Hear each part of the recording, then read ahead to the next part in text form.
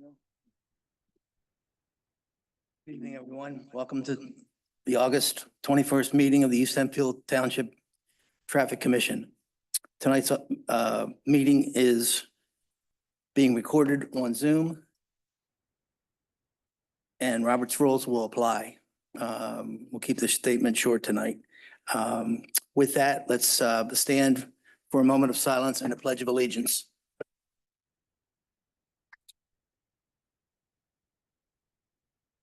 Pledge.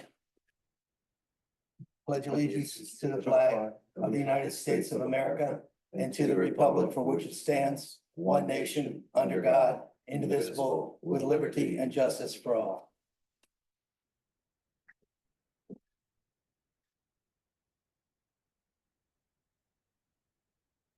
Okay, our first action item this evening would be the approval of the minutes from our August, or actually July 17th Traffic Commission meeting. Any comment on those minutes from the board? Anyone on the board or on the commission? No. Doug, anything from the audience? Seeing and hearing none, I'll call for a motion to approve the July 17 minutes at this time. So moved.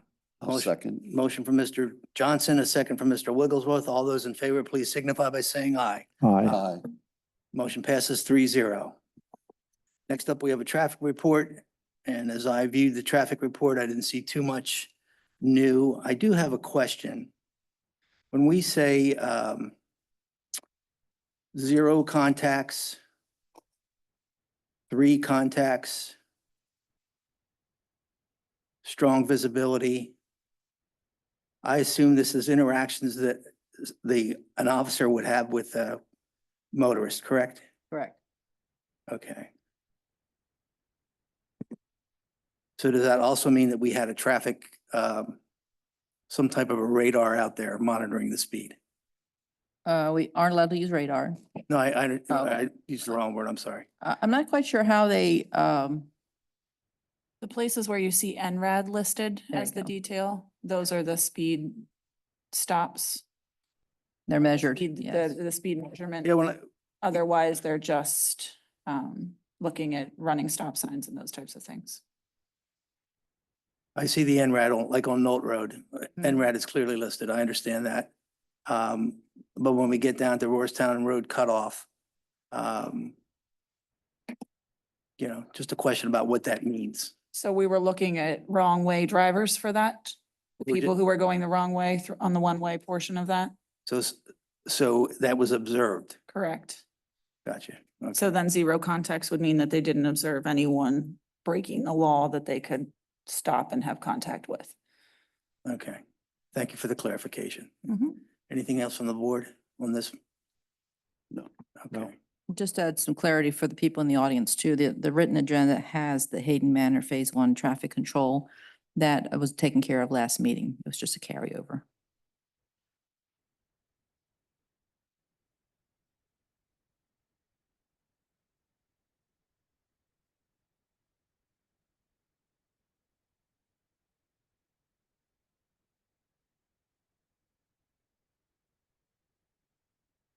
Okay, next up, we're going to take a look at the Bowman engineering recommendations. So this is the report from Bowman. He was unable to be here tonight and we knew that going in, but we wanted to get the information as quickly as possible. So he prepared a report and he starts with Wilson Avenue into Lane Terrace. We asked him to take a look at that. In terms of the friends commit meeting, group 2 had asked us for a crosswalk. So we have some pictures. Perry has spoken to the property owner, the shopping center people, and they have cleared as much as they could. They were very cooperative with us. Do you have the very first one, maybe? That's the drone look. So from the top, you can see that the bottom corner there has been cleared out and opened up. The trees have been removed, the shrubs have been trimmed back. So the best possible sight distance now exists at that intersection. There you can see just the offset of Tulane. But if you're sitting at Tulane and wanting to make a left-hand turn on Wilson, you have clear sight that you can see people. This shows the stop sign that's currently there. Of course, the trees are gone, the bushes are gone. What Perry is suggesting to happen, and Perry, maybe you want to explain this? Sure.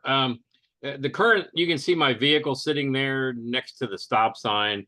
And when you're pulling up there with the car, there is another picture that shows there is still bushes pretty far back right there. You can see the bushes that still exist. My recommendation, if the board wants to do anything there to help the intersection, is to extend a curb from the current stop sign and kind of take it out farther and wrap it around there and move the stop sign out. And there's another picture that shows where I would be standing out there taking a picture that give you perfect sight distance to Columbia Avenue. I also had them trim, yeah, that would be the picture there. If you can see, I would take the curb and start it and kind of line it up with the other existing curb, leaving their driveway open there. But that would let us move the stop sign the whole way out there. And basically then it would give all four intersections there, all four corners, really good sight distance for the entire intersection without too much cost. I believe curbing and moving a stop sign would be anywhere from about $5,000 to $7,000 at the most. And that would take care of sight distance for that whole intersection. Do we need anything from the property owners? I've already spoken to the property owners, like Ms. Schweitzer said, that they were very cooperative. They cut down the trees. They did cut some shrubs down on the other side of the intersection there for us. And they said they have no reason not to let us close off where the curbing would be, because basically there is an entrance right there where you saw the two in and out arrows. So they don't use that, that other portion as an entrance right there. So that could be very easily closed off. Okay. Seems like a big positive win or positive plan.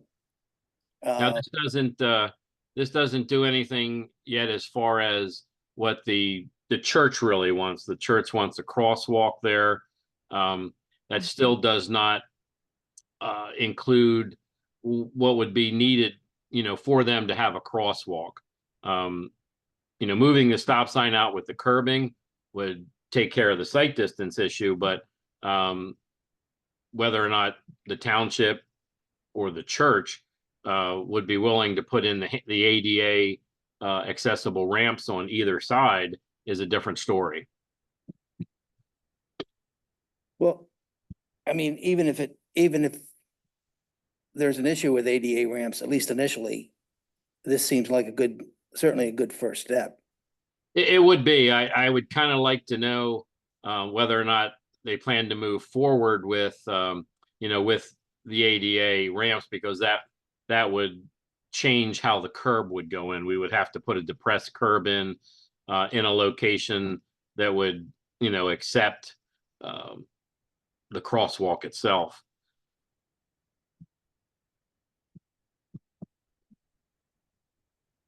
If we install curbing, we wouldn't have to install ADA anyway? If you just put the curbing in, no, because there are no current crosswalks there. There are actually none in the entire development. There's no sidewalks. There's no other striped crosswalks in that development. So just putting the curb in and moving the stop sign out, we would have to do nothing at that point. But again, if the church would like, an actual crossing there, from the picture you're seeing there, they would have to put sidewalk from basically where the inlets are there all the way back to wherever they would want their entrance to their ground be.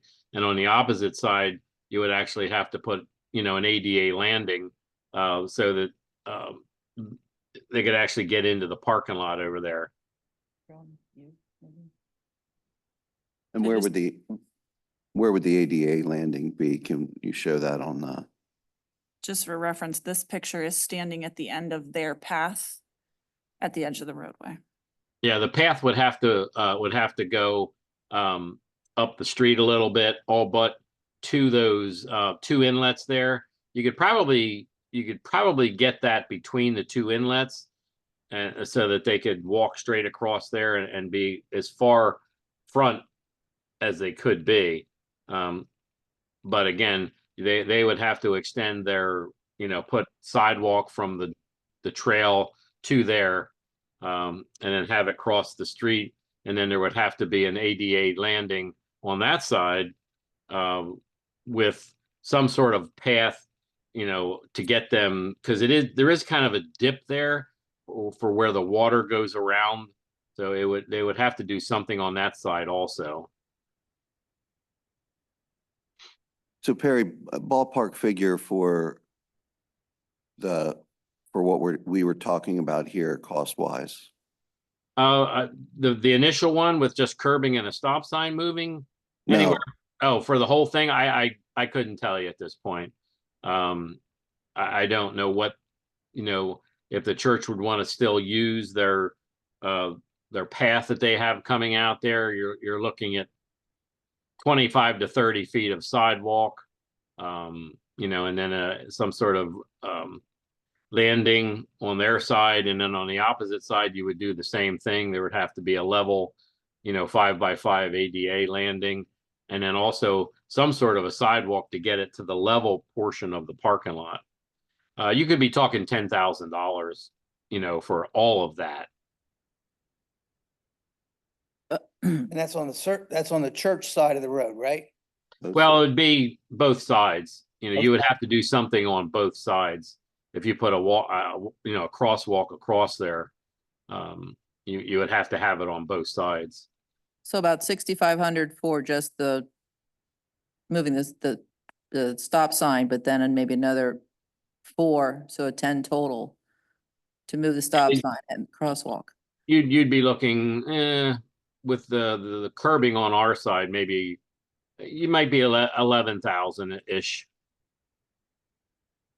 Okay. And that's if you would want to pay for the church's, sidewalk and stuff.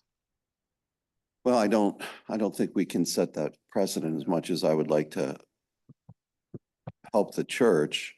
I think their property and on their side, if they want this, they would have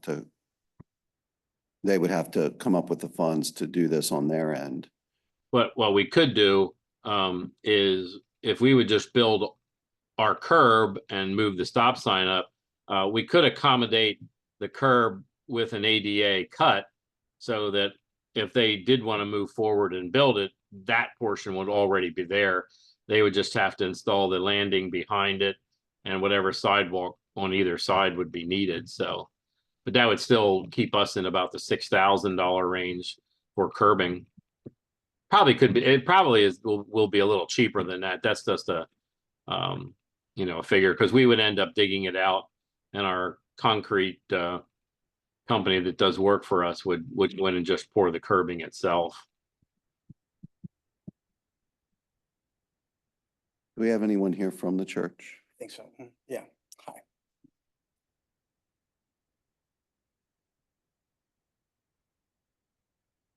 My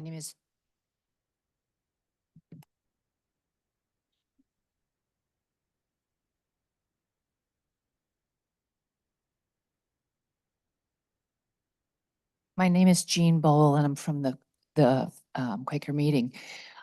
We would not have the resources at this time to be able to do a $10,000 improvement right there. So just to be clear, your cost of that would not be 10,000, but you would be responsible to put the sidewalk and the ADA curb on your side of the street in. That number's not going to be 10,000. If I understood Perry correctly, it's probably going to be about half of that. More more in the $7,000, $7 to $7,500. I'm guessing again, just in depending on which contractor they would use. That I don't know. But again, just for us to put the curbing in and to move the stop sign, it would be 6,500 to 7,000. Perhaps that alone will make it a safer intersection. We're currently struggling to raise the money to make it, instead of just a dirt path, an actual proper poured path. And we don't have the funding yet for that. So I can't speak to when we would have enough money to extend it. Moving the stop sign out to where basically all four corners can see what's coming and moving, that would definitely be an improvement. You know, for people crossing there, they would at least have the you know, the knowledge of seeing cars coming around that corner. So, you know, now that the trees are gone, it is more wide open. So That is definitely true, and we've noticed it. It would make sense to put in the curbing, but put the curb cut in. That way they wouldn't have to step over the curb because they are coming that way. correct. Jean, we also noticed when we went out to take the pictures that that bush at the end of your path needs significant trimming to make it more visible, to look to the right so that you can see clearly. Yes. I did look at that, and I still don't currently see, you mean for people coming out of the driveway? Your people that are walking out here, Yes. the way the bush currently is, you have to step into the road to really see clearly around the bush. Unless it was trimmed since last week. It was not. I did stand there myself, and I will look again this Okay. weekend. On this photo, where is the stop sign? That would be moved? Okay.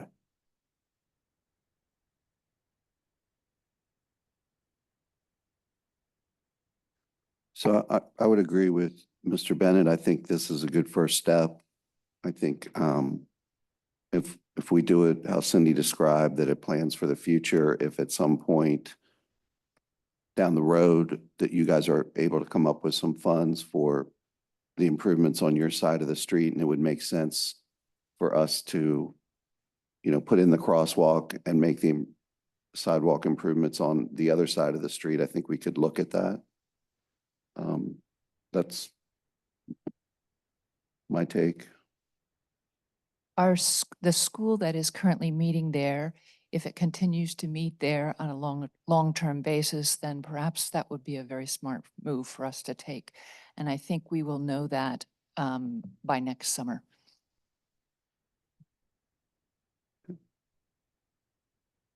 Would will the school always be there? That's what we don't know for sure yet. They have 4 years of provisional support from the greater Quaker organizations, and that 4 years will end next summer. And they have to be successful enough to be on their own feet at that point. And so we'll know at that point whether they're going to continue or not. Okay. I think we have a general idea of a plan moving forward. I have some things that I'd like to discuss with staff, some issues to take a look at before we spend too much money in the preparation of a change. As I said, I think that the improvements that we're talking about would definitely make the intersections, you know, safer. But I think for the property and the church, what we're suggesting on that side of the road is just as important to the whole project coming together in the way that it should. I will bring that to the meeting at our next general meeting, which will be in early September. And I can see that it makes sense as we put in money for the paving that strip, that we actually make the L shape and make it a proper safe intersection. Even if the school doesn't stay, we have a full congregation in the morning and a separate full congregation using the church in the afternoon. Okay. Okay, sounds good. So at this point, we'll keep this on the agenda. If you would get back to us, just to give us some idea of your thoughts on maybe extending that sidewalk. That would be an important step, I think, for us. Then in the meantime, we can, take a look at some more accurate cost projection for moving forward. But I should be able to tell you in a month if we think that the grant that we're going after, we'll just tweak it a little bit to add that piece. Okay. The other side of the coin is the vegetation, wherever you can. We want to cut back the vegetation if we can, close to the road. Okay, Okay? I will Just take that Take back. another look at that, I will. please. And then we'll probably see you at the next traffic meeting. Okay, How's that? very good. Thank you. Question, and Jean, perhaps. So on our paper, it says the original issue was the crossing currently utilized is formally marked with a crosswalk for safety. So we're talking a lot about the areas around there, but should we address the crosswalk? The crosswalk itself, in other words, was the original request to paint a crosswalk across the street? Yes, But we're not really addressing that, are we? And we Is this can't par- address that without doing ADA access on both sides, which gets expensive. Okay, so we are addressing it, but in a step-by-step manner. Exactly.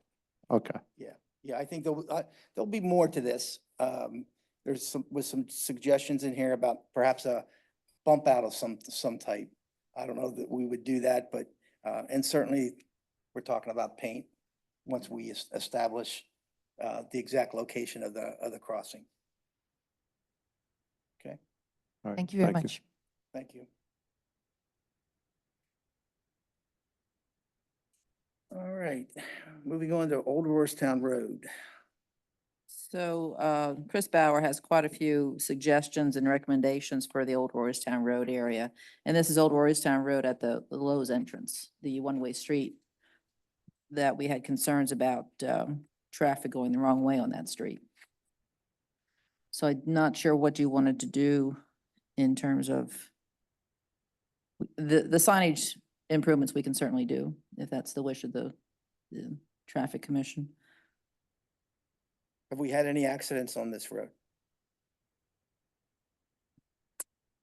I couldn't answer that. Not that I can come up with off the top of my head that. Right, I fire mean, was dispatched. I know it's a difficult situation there. It always has been, Mhm. and as long as it's a one-way coming south, I think it will be. Having said that, if it's not really a safety issue, okay?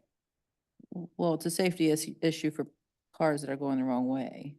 Well, right, but I mean. there's Can we no- pull it up? There's no accidents. Don't pull that one up, or there's nothing. I'd be interested in knowing Okay. the reportable accidents You want the- on that road over the last 5 years, if there's been any. Just pull up Google. Anything we do will cost some money, I would think. Yeah, I think Chief Brubaker did look at that, but I can't remember what her results were. I do not recall any accidents on that back in the street itself. This is where the Blockbuster used to be. Exactly, behind a Blockbuster. I got caught once going wrong. Yeah, I think the traffic study that we did do didn't show any significant speed issues. It was the wrong way traffic. Right, there's, it, Can it simply be closed off at one end? You can't make a left-hand turn onto Columbia Avenue So they would all be forced to go right on Columbia Avenue and find a way back around. The only way they can go left on Columbia Avenue or either direction on Roarstown Road is to go out that bottom end. So those residents along there would have no other option. Too close to the intersection.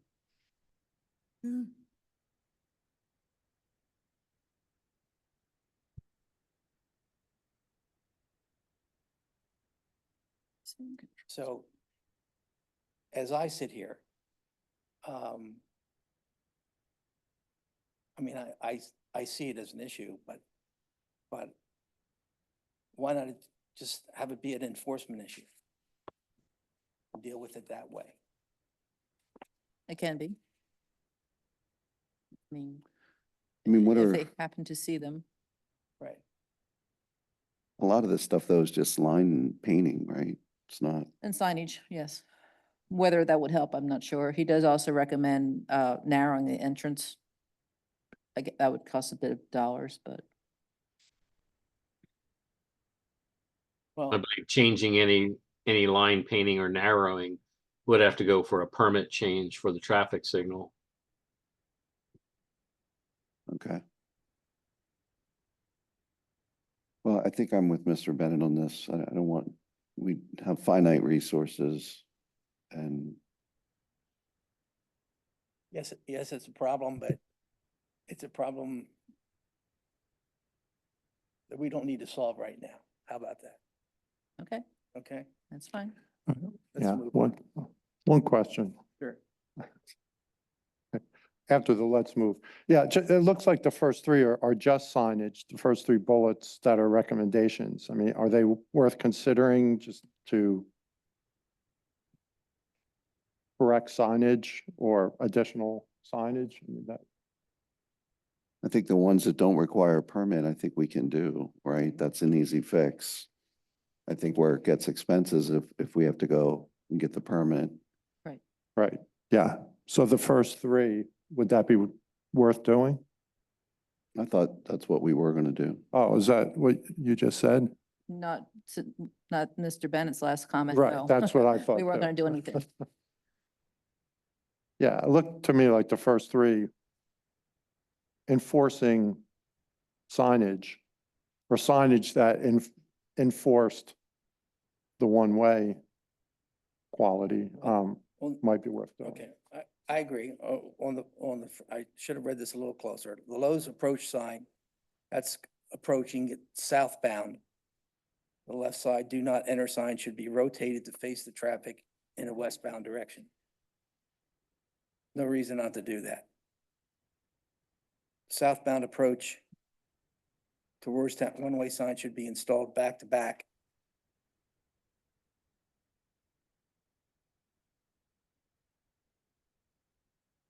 Yeah, that additional signage, we're not sure if it's going to help or not, but it's very low cost, low hanging fruit.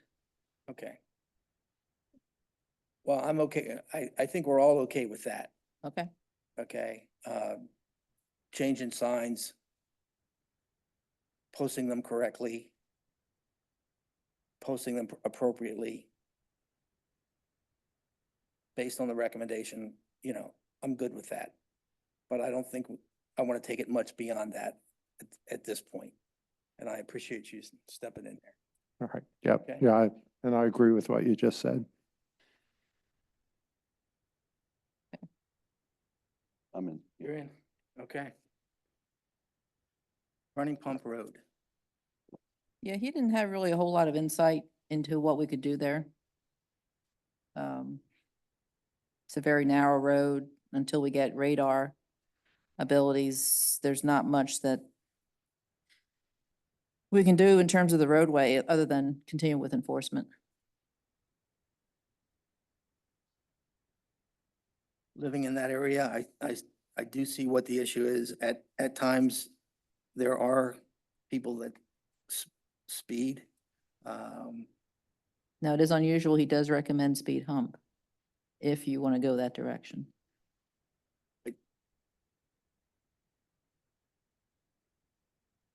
Because that's short of I wanna that, there's go in nothing else. direction right now, but.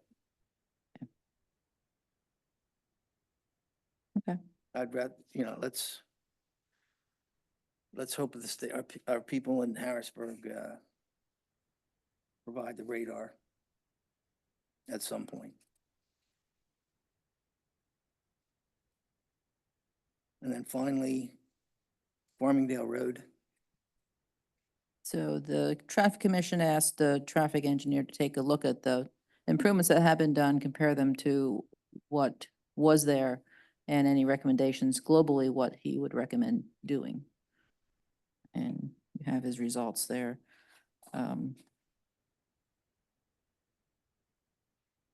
He's essentially saying the permanent improvements should remain as is. Leave which it is alone. All the spot, except for the speed tables, speed humps, speed mountains on Farmingdale, to start shaving them down gradually and lowering them to something reasonable. Is it just the one? No, it's all three. All three are too high? Mhm. Have we heard from the community at all lately concerning, I mean, I believe we heard from at least one resident who recommended or hoped that we would just leave them alone. I think that resident wanted the fourth one put in and as in permanently. That was the temporary one we took out. That was, That's a different one. that's on Bar, Bar Crest. that's Bar Bar Boulevard. Boulevard. We're talking about Farmingdale now, No, we have not heard any from anybody on Farmingdale. right? I mean, everybody has, sort of smiles when they have to use that road and the bumps, but they're obviously pretty effective. Mr. Chairman, Yes, just for point of reference, we had some significant storm damage on Farmingdale Road over the weekend, and PPL was very dismayed by the speed humps and actually had some difficulty with their trucks staging them in that area and driving them over the speed humps, and pointed it out to the fire chief as they were doing that work, and then the next day as well. I think there should be a plan in place that we start not improving them, but make them more in line with what should be there. He talks about the approaches and Well, there's specifications provided by PennDOT, right? On what they should be. yes, And right now we're outside of those specifications. way out, yes. Okay. So I agree. I'm not going to argue with his recommendations that we should not take anything out. That's fine. But I do think we should, like you said, get a plan together to work on making them conforming and meeting PennDOT standards. Or is that something we could accomplish with the next paving season, possibly? Depends what you want to do. If you want to try just milling some off the top, that's possible, I think. Taking them completely out and putting them back in, they usually don't like to do like speed hump things in with that bid. They more like just like the paving the long roads. That's more of like a specialty thing that we would probably have to bid out separately. Could But- we soften the approaches? One of the things we could try is milling some off the top of that. See what happens. I mean, you shouldn't have to take too much off to get them close to what PennDOT specs are.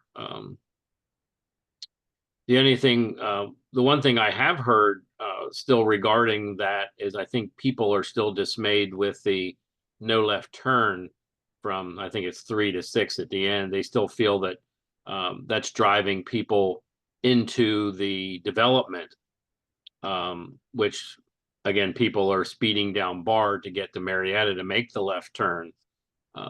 So I don't know if that is one thing that might help that fourth speed table in that development, keeping traffic out of there in those busy hours. But we can certainly look at milling some off those speed humps and see what we can do.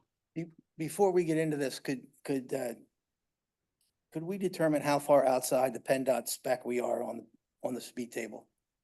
They're probably about 4 inches. Was that 20%, 50%? It's probably, it might take it down about 40%. because some of the ones that, there's some confusion there because the first ones that were really spec'd for the upper portion of Farmingdale Road where the crosswalks are for the park, they were different than the ones he spec'd for in Bar Boulevard. And when we put the ones in Bar Boulevard, we had complaints that they did absolutely nothing. And for instance, anybody that had an SUV or a truck never slowed down for them. They just buzzed right over them. So that's when we installed the ones on Farmingdale Road. Ms. Schweitzer and I took it upon ourselves to increase the height of them a little. Right. But at that point, again, you shrink them down to nothing, like the ones that are in Bar Boulevard, and people aren't going to stop for them. Well, again, I say, the permanent speed bumps on Bar Boulevard, not hearing any complaints from anybody about. The only comment that I've received has been the fact that they were dismayed that the fourth speed bump, which was a temporary one, had been removed. So I think the Bar Boulevard speed bumps are doing what they were supposed to do. I don't think we should, in my mind, the only consideration is whether or not we want to put the temporary one that we took out, or whether or not we want to put a comparable speed bump on Bar Boulevard. The fourth one, replace the temporary one with a permanent one. And I think that's the only issue there. And again, as far as Farmingdale's concerned, the speed tables that are there, with all due consideration for our friends at PP&L, they do the job, they get the job done, and we're not hearing anything from the community about that either. So, The first one is it's big. They really should come down to be in compliance. well, okay. But are they gonna, well, then let's do that. Let's get them down to compliant.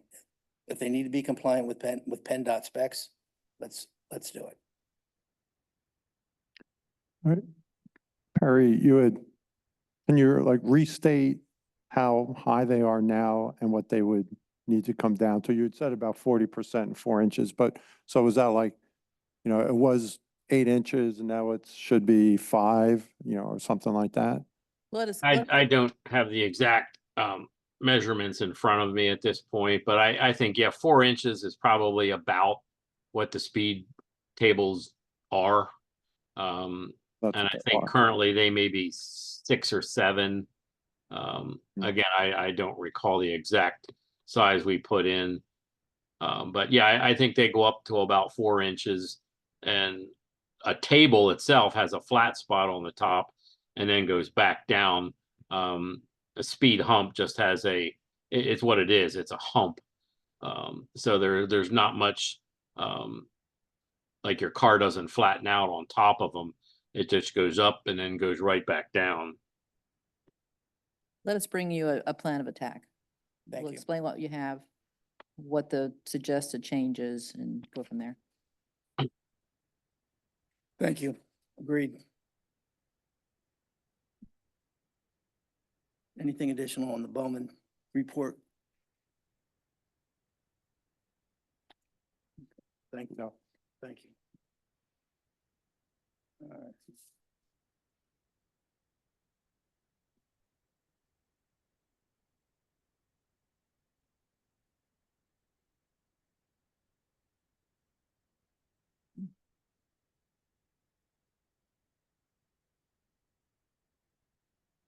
Any new business tonight? Any, go ahead. Just a question. So I recall a few months ago, someone brought a petition for like speed humps on their road. Do we address those, out by Hempfield Rec? You remember what I'm talking about. Like, do we address those or just kind of take the information? So I think you're referring to, was it Gloucester? No, No, it's the road where you grow is on, or the other side of the street, that development. Yeah, exactly.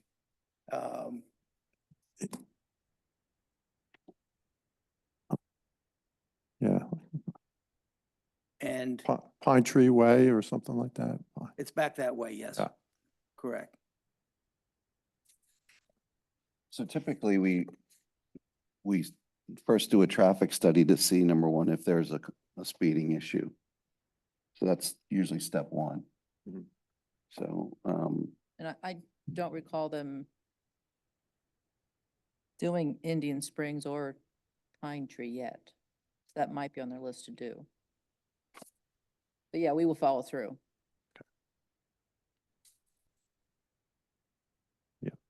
Okay, yeah, and I'm not suggesting we put speed humps in a lot of places. I'm just trying to understand the process here, and when we get back to the people who sent in a petition. I will check on it. Thank you. Indian Springs Drive, we did that actually turns into Gloucester eventually. Hmm. I'm pretty sure we did speed studies on that. And we didn't, and our studies determined that wasn't appropriate for a speed bumps, at least at this time. yes, if you go back to our agenda under traffic studies, Gloucester is listed at the top.